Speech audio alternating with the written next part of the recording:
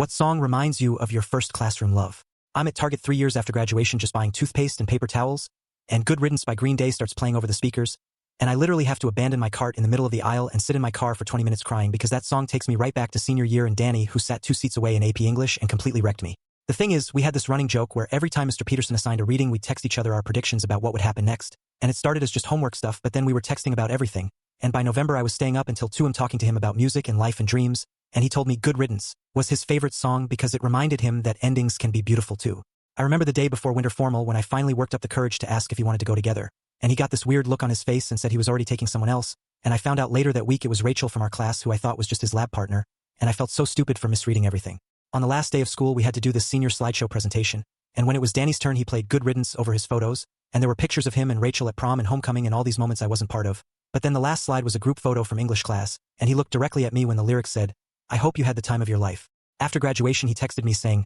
"I hope we stay friends." And I said of course, but we didn't because you can't really be friends with someone when you're still in love with them, and now every time I hear that song in a grocery store or at a wedding or anywhere, I'm 17 again watching him choose someone else while our inside jokes and late night conversations fade into just memories of what could have been. I finally go back into Target and finish my shopping, and the song is over but I can still hear it playing in my head, and I realize some songs don't just remind you of people, they transport you back to the exact feeling of loving someone who was so close but never quite yours.